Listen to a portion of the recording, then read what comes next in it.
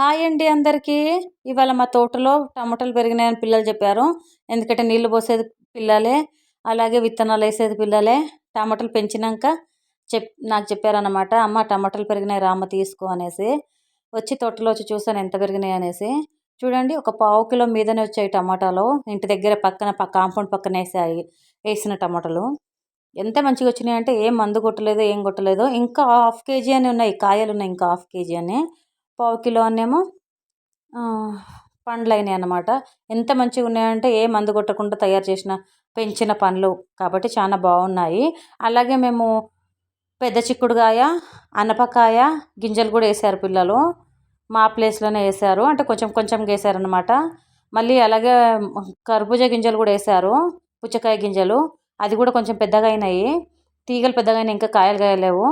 ఇక అవి కూడా నేను వీడియోస్ వేస్తూ ఉంటాను అప్పుడప్పుడు కాయలు కాసాక.